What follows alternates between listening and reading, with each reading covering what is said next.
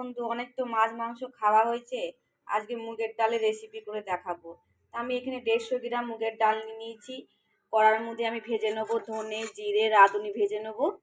সঙ্গে থাকো বন্ধু, মুগের ডালটাকে ভেজে নেবো।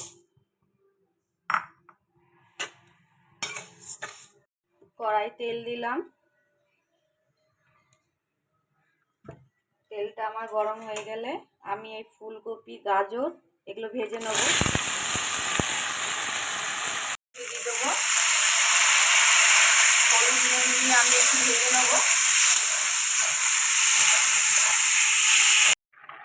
আমি একটু হলুদ দিয়ে দেবো, স্বাদ মতো লবণ দেবো।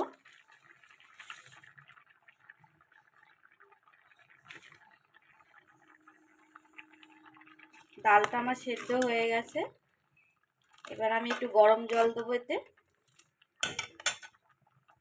এবার গরম জলগুলো দিয়ে দেবো।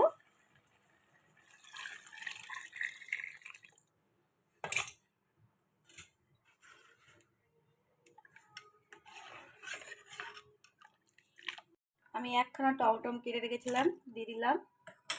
ফুলকপি গাজর সব ভেজে রেখেছিলাম, এগুলো এবার দেবো। মটরশুঁটি ফুলকপি গাজর এগুলো দিয়ে দিলাম। রাঁধুনি যেগুলো ভেজেছিলাম এবার দিয়ে দেবো। অল্প ঘি দেবো। এবার বন্ধু নামিয়ে ফেলবো। এইভাবে তোমরা ডাল রান্না করে খেও বন্ধু। তো তোমরা সবাই ভালো থেকো, সুস্থ থেকো। চলি বন্ধু, আর ভিডিওটা ভালো লাগলে লাইক শেয়ার সাবস্ক্রাইব অবশ্যই করে দিও।